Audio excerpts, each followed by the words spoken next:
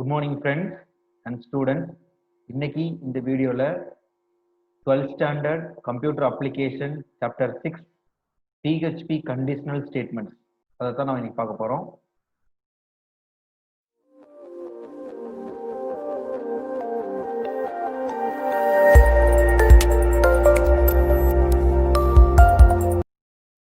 இந்த சாப்டர்ல நம்ம இந்த மூணு விஷயத்தை தான் படிக்க போறோம். அதாவது இம்பார்ட்டன்ஸ் ஆஃப் கண்டிஷனல் ஸ்டேட்மெண்ட் படிக்க போறோம், அதாவது முக்கியத்துவத்தை.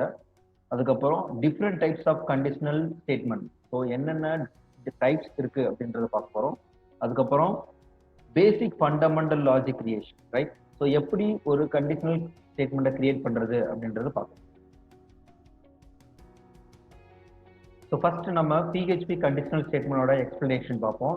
A program statement that shows a jump of control from one part of the program to another. Okay, so it is called what? Control structure. அதாவது ஒரு இடத்துல இருந்து இன்னொரு இடத்துக்கு ஜம்ப் ஆக முடியும் அப்படின்னா அது பேர் என்னது? Control state.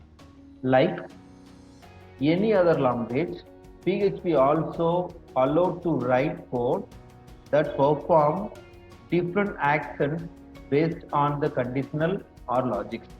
ஓகே, மற்ற லாங்குவேஜ்ல இருக்க மாதிரியே PHP என்ன செய்யலாம், நம்ம கோடிங் எழுத முடியும். சரியா? கண்டிஷனல் கோடிங்ஸ் எழுத முடியும், அதே மாதிரி லாஜிக்கலும் எழுத முடியும் அப்படின்னு சொல்றோம். ஓகே, ஸோ இப்போ இங்க என்னென்ன கண்டிஷனல் ஸ்டேட்மெண்ட் நம்ம யூஸ் பண்ண போறோம் அப்படின்றத பார்க்கலாம். ஸோ ஃபர்ஸ்ட் நம்ம என்ன யூஸ் பண்ண போறோம் அப்படின்னா if statement, if else statement, if else statement, ஸ்விட்ச் ஸ்டேட்மெண்ட். ஓகே, ஸோ இந்த நாளும் நம்ம PHP கண்டிஷனல் ஸ்டேட்மெண்ட்ல பார்க்க போறோம். ஸோ ஃபர்ஸ்ட் ஒன் என்ன? If statement, second one if else statement, third one if else statement, fourth one ஸ்விட்ச் ஸ்டேட்மெண்ட். ஓகே, ஸோ ஃபர்ஸ்ட் நம்ம இஃப் ஸ்டேட்மெண்ட் அப்படின்னு என்னன்னு பார்க்கலாம். ஸோ அதுக்கு முன்னாடி நம்ம டெஃபினிஷனை படிச்சிடலாம்.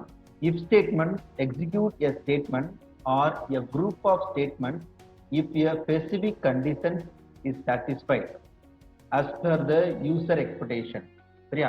இப்போ என்ன சொல்றாங்க, யூசர் எக்ஸ்பெக்டேஷனை பொறுத்து கண்டிஷன் ஸ்டேட்மெண்ட் ட்ரூ இருந்துச்சு அப்படின்னா ஏதாச்சும் ஒரு ஸ்டேட்மெண்ட் எக்ஸிக்யூட் ஆகும். அது ஒரு ஸ்டேட்மெண்டா இருக்கலாம், அப்படி இல்லைன்னா குரூப் ஆஃப் ஸ்டேட்மெண்டா கூட இருக்கலாம். சரியா? ஸோ கண்டிஷன் ட்ரூவா இருந்துச்சு அப்படின்னா தான் ஸ்டேட்மெண்ட் எக்ஸிக்யூட் ஆகும். ஓகேவா? இங்க பாருங்க ஒரு சின்டெக்ஸ் கொடுத்துருக்காங்க. ஸோ இந்த சின்டெக்ஸை கிளியரா பாருங்க. ஸோ ஃபர்ஸ்ட் என்ன பண்ணிருக்காங்க, இஃப் கண்டிஷன் கொடுத்துட்டாங்க.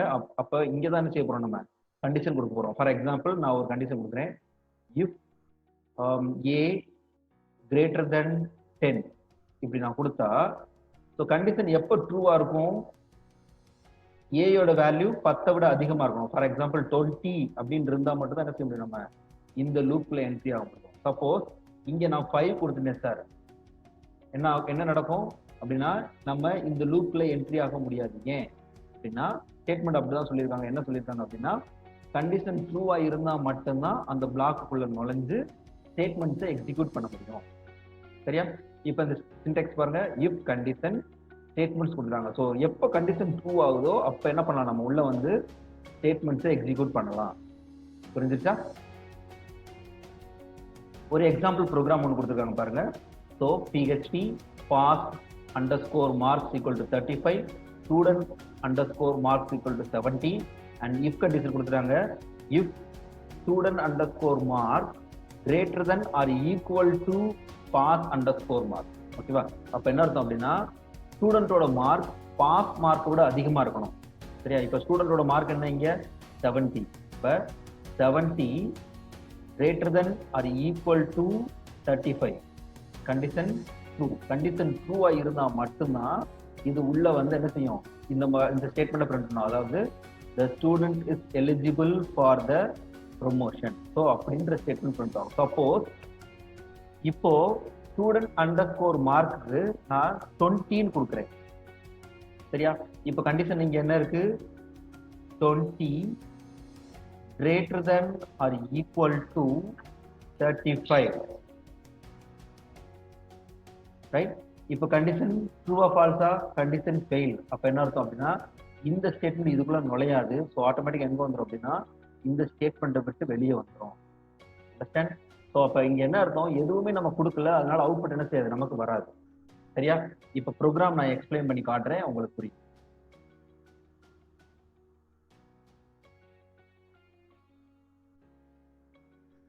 சரி, இப்போ பாருங்க அதே ப்ரோக்ராம் இங்க டைப் பண்ணியிருக்கேன். 35 கொடுத்துருக்கேன், இங்க 75 கொடுத்துருக்கேன். ஓகேவா? ஸோ இப்போ இந்த கண்டிஷன் ட்ரூவா ஃபால்ஸா? ட்ரூ. ஏன் அப்படின்னா ஸ்டூடெண்ட் மார்க் பாஸ் மார்க் விட அதிகமா இருக்கு. So the student is eligible for promotion அப்படின்னு வரும். ஓகேவா? இப்போ நம்ம செக் பண்ணி பார்த்துடலாம். சரியா? இங்க பாருங்க the student marks is eligible for promotion கொடுத்துருக்காங்க. ஓகேவா? ஸோ இப்போ நான் என்ன பண்ண போறேன், இங்க மார்க்கை சேஞ்ச் பண்றேன். ஸோ நான் இங்க 20 கொடுக்குறேன். சரியா? இங்க 20 கொடுத்துட்டு நான் சேவ் கொடுத்துறேன். இப்போ இதோட ப்ரோக்ராமோட அவுட்புட் என்ன? எதுவுமே இல்லை. ஏன் அப்படின்னா நம்ம ப்ரோக்ராம்ல என்ன கொடுத்துருக்கோம் அப்படின்னா கண்டிஷன் ட்ரூவா இருந்தா மட்டும்தான் இந்த ஸ்டேட்மெண்ட்டை எக்ஸிக்யூட் பண்ண சொல்லியிருக்கோம். கண்டிஷன் ஃபால்ஸா இருந்துச்சுன்னா என்ன செய்யணும் அப்படின்னு நம்ம கொடுக்கல. சரியா? அப்ப கண்டிஷன் ட்ரூவா இருந்தா மட்டும்தான் இஃப் ஸ்டேட்மெண்ட் ஒர்க் ஆகும். புரிஞ்சா? ஸோ கண்டிஷன் ட்ரூவா இருந்தா மட்டும்தான் இஃப் ஸ்டேட்மெண்ட் ஒர்க் பண்ணும். ஸோ திரும்பவும் நான் என்ன பண்றேன், 75 கொடுக்குறேன். உங்களுக்கு டிஃப்ரெண்ட் ஸ்டேட் தெரியும். ஸோ இப்போ பாருங்க student is eligible for promotion வந்து. ஓகே,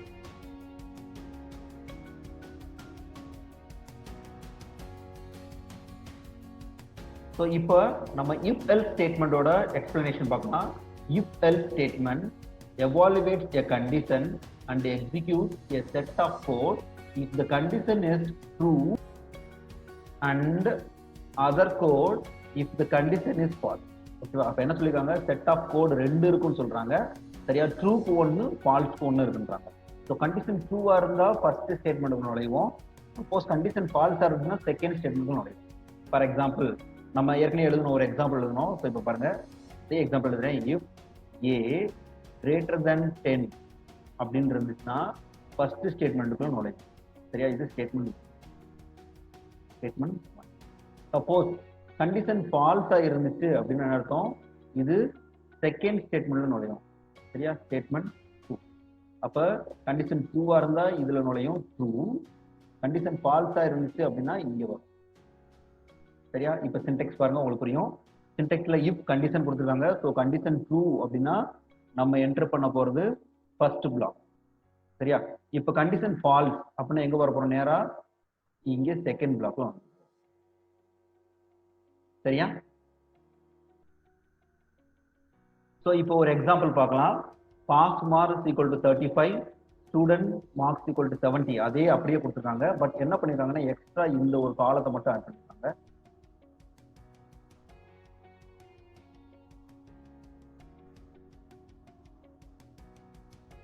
இப்போ கண்டிஷன் செக் பண்ணி பாருங்க. ஸோ 17 இருக்கு. So 17 greater than or equal to 35. So output என்ன சார் வரும்? இங்க அவுட்புட் அதே தான் பிரிண்ட் ஆகும். என்ன அப்படின்னா the student is eligible for promotion. இப்போ நான் இதுக்கு பதிலாக நான் 20 கொடுக்குறேன். சரியா? இப்போ கண்டிஷன் எப்படி செக் பண்ணும்? 20 greater than or equal to 35. இப்போ கண்டிஷன் ட்ரூ ஃபால்ஸா? ஃபால்ஸ். அப்ப என்ன பண்ணும், இந்த இடத்துக்கு வர முடியாது. ஸோ நேரம் எங்க வந்துடும்னா எல்ஸ் பார்ட்டுக்கு வந்துடும். எல்ஸ்ல உள்ள என்ன இருக்கு, the student is not eligible for the promotion. So output எது வரும் அப்படின்னா செகண்ட். ஸோ இந்த இதுக்கு ஃபர்ஸ்ட் ஸ்டேட்மெண்ட் ட்ரூ ஸ்டேட்மெண்ட் வரும், இந்த இதுக்கு செகண்ட் ஸ்டேட்மெண்ட் ஃபால்ஸ் வரும். சரியா? இப்போ நம்ம ப்ரோக்ராம் பார்க்கலாம். ஸோ இந்த ப்ரோக்ராம் பாருங்க, பாஸ் மார்க் 35 கொடுத்தாச்சு, ஸ்டூடெண்ட் மார்க் 75 கொடுத்தாச்சு.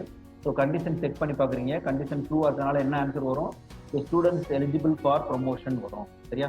செக் பண்ணலாம். ஃபைல் நேம் என்னன்னா if else.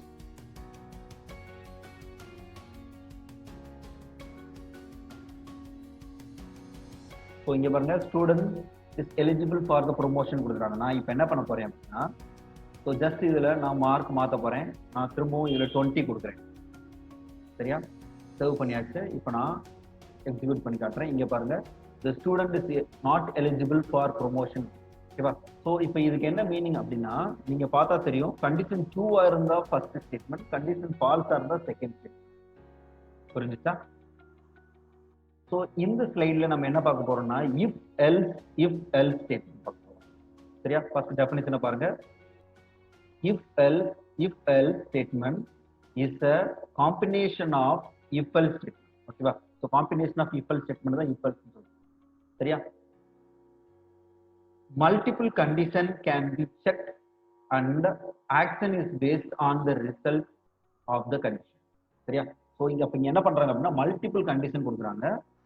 சரியா? கண்டிஷன் ட்ரூவா இருந்துச்சுன்னா அதுக்கு தகுந்த மாதிரி பிளாக்குள்ள நம்ம நுழைய போறோம். சரியா?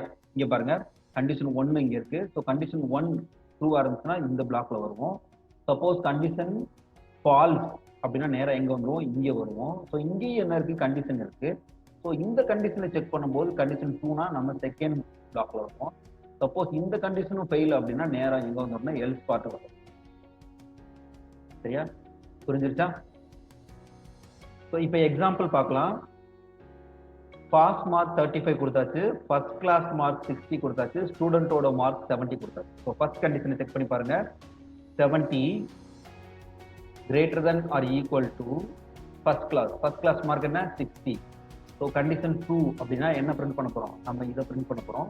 அதாவது the student is eligible for the promotion with first class.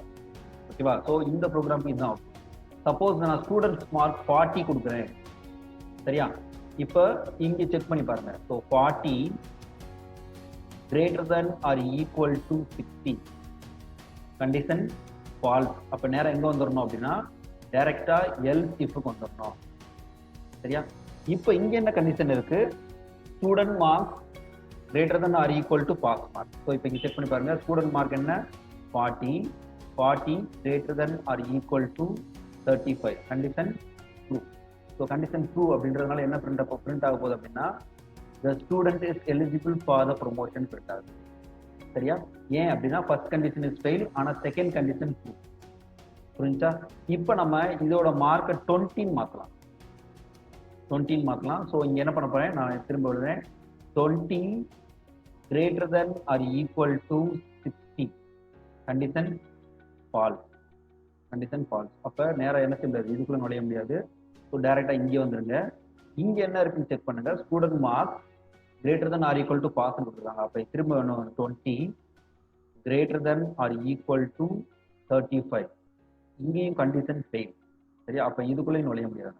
அப்ப டைரக்டா எங்க வந்துடணும் அப்படின்னா எல்ஸ் பார்ட் வந்துருங்க. ஸோ எல்ஸ்ல என்ன இருக்கு அப்படின்னா the student is not eligible for the promotion. சரியா? அப்ப இதுதான் ஓகே. புரிஞ்சிருச்சா? ஸோ இப்போ ப்ரோக்ராம் பார்க்கலாம்.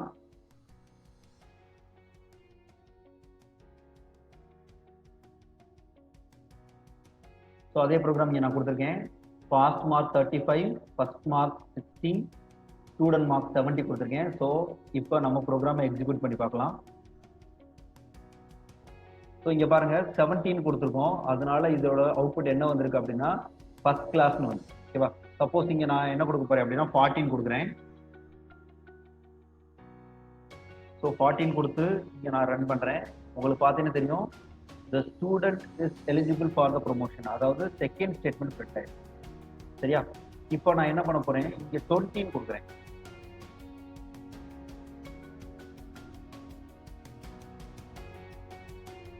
ஸோ இங்க பாருங்க தேர்ட் ஸ்டேட்மெண்ட் பிரிண்ட் ஆயிருக்கு. அதாவது student is not eligible for the promotion.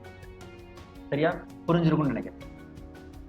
இப்போ ஸ்விட்ச் ஸ்டேட்மெண்ட் அப்படின்னு என்னன்னு பார்க்கலாம். அதுக்கு முன்னாடி ஸ்டேட்மெண்ட் பாருங்க. ஸ்விட்ச் statement is alternate to if else statement which execute a block of the code corresponding to the match. Statement படிச்சிட்டோம். ஸ்டேட்மெண்ட்ல என்ன சொல்லியிருக்காங்க அப்படின்றத ஞாபகம் வச்சுக்கோங்க. So alternative way of what if else statement execute ஆகும் எப்போ அப்படின்னா corresponding to the match. So எது மேட்ச் ஆகுதோ அது. ஃபார் எக்ஸாம்பிள் இங்கே லேபிள் 1 கொடுத்தீங்கன்னா இங்கே லேபிள் 1 வந்துடும். சப்போஸ் இங்க லேபிள் 2 அப்படின்றதுனா லேபிள் 2க்கு வரும்.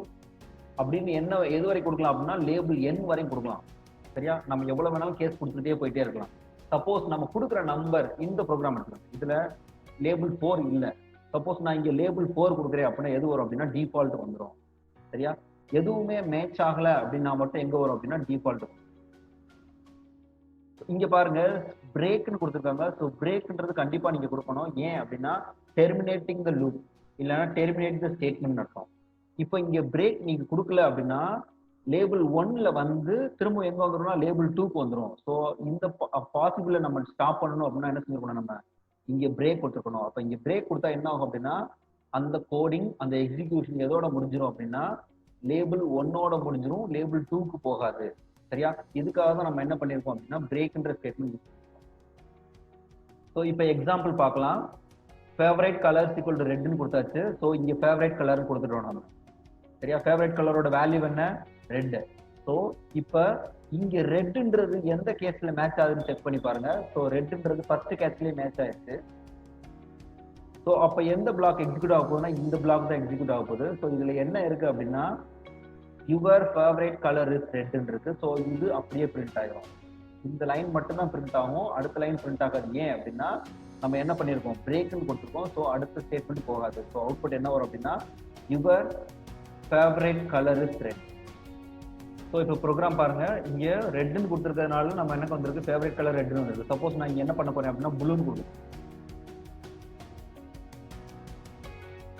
கொடுத்து சேவ் பண்ணிடுறேன். ஸோ இப்போ நான் உங்களுக்கு எக்ஸிக்யூட் பண்ணி காட்டுறேன். ஸோ இங்க என்ன வந்திருக்கு, அவுட்புட் ப்ளூன்னு வந்திருக்கு. இப்போ நான் கிரீன் கொடுத்தா என்ன வரும், இங்க கிரீன் மாறும். சப்போஸ் நான் இங்க வந்து வேற கொடுக்குறேன், அதாவது நான் இங்க எல்லோ கொடுக்குறேன். ஸோ இங்க எல்லோ கொடுத்துட்டேன். நீங்க இங்க கேஸ்ல பாருங்க, எல்லோ அப்படின்ற கேஸ் கிடையாது. ஸோ எங்க வந்துடும், டைரக்டா டிஃபால்ட்டுக்கு வந்துடும். இங்க தான் பிரிண்ட் ஆக போகுது. என்ன பிரிண்ட் ஆக போகுதுன்னா your favourite colour is neither red, blue or green. அவ்வளவுதான் கொடுக்கணும் அப்படின்றத நம்ம கொடுக்க போகுது. ஸோ இப்போ செக் பண்ணி பார்ப்போம். சரியா? இப்போ டிஃபால்ட் எக்ஸிக்யூட் ஆயிருக்கு. ஏன் அப்படின்னா இந்த எல்லோன்றது எந்த கேஸ்லயும் மேட்ச் ஆகல. ஸோ எங்க வந்துருக்கு, நேரா டிஃபால்ட்டுக்கு வந்துருக்கு. சரியா? தேங்க்யூ.